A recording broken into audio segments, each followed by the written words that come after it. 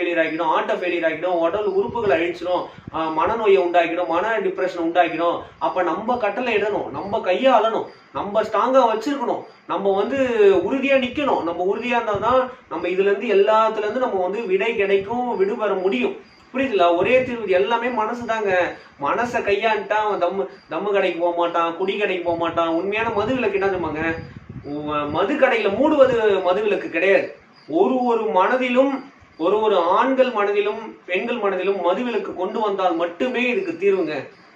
அவன் மனசுல இருந்து அவன் மது கடைக்கு அந்த சைடு கொண்டு போனா கூட அவனுக்கு அந்த எண்ணம் வரக்கூடாது, அந்த சிந்தனை வரக்கூடாது. இது தொச்சம், இது சாத்தான், இது வந்து பேய் பிசாசுன்னு வந்து தூக்கி குப்பையில போடணும். புரியுதா சொல்றது? இன்னைக்கு வந்து அந்த மன டிப்ரெஷனால, மன அழுத்தத்தால, மனநோயால இன்னைக்கு வந்து அவன் வந்து குடியில உழறான், உழுந்து சாவறான், ஒரு உறுப்புகளை அழிச்சிக்கிறான். புரியுதுல சொல்றது? இன்னைக்கு அற்புதமான உடல், அதிசயமான உடல். இன்னைக்கு வந்து நம்மளுக்கு வந்து வரப்பிரசாதம் இந்த உடல். இந்த உடலை வந்து நம்ம ஒரு உறுப்புகளை அழிக்கிறது நம்மளுக்கு வந்து உரிமை இருக்கா? நீங்க சிந்திச்சு பாருங்க. ஒரு உறுப்புகளை அழிக்கிறது நம்மளுக்கு உரிமை இருக்கா?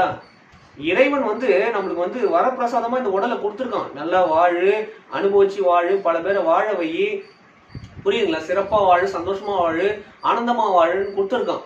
அப்ப இன்னொருத்தவங்க கொடுத்த ஒரு பொருளை நம்ம அழிக்கிறதுக்கு நம்ம உரிமை இருக்கா? புரியுதுங்களா? இது எல்லாமே பாருங்க, நீங்க உருவாக்குனதா? எல்லாமே உயிர் இறைவன் கொடுத்தது, உடலு அப்பா அம்மா கொடுத்தது, சட்டை நெசவாளர்கள் தச்சது, நீங்க உணவு சாப்பிட்றமே விவசாயி கொடுத்தது.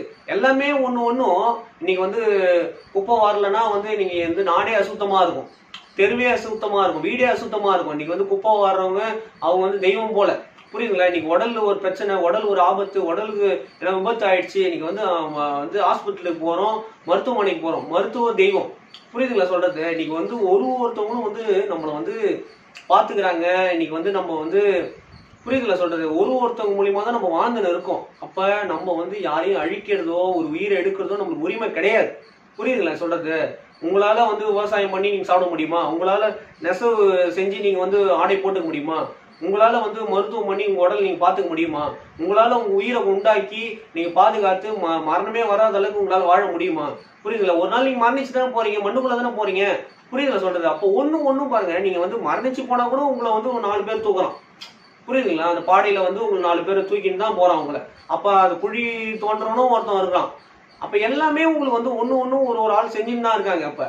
அப்போ ஒரு ஆளின் தயவுபடி தான் நம்ம வந்து வாழ்ந்துன்னு இருக்கோம். புரியுதுங்களா? இன்னைக்கு வந்து முடி வெட்டுறதுக்கு ஆள் இருக்காங்க, விவசாயம் பண்றதுக்கு ஆள் இருக்காங்க.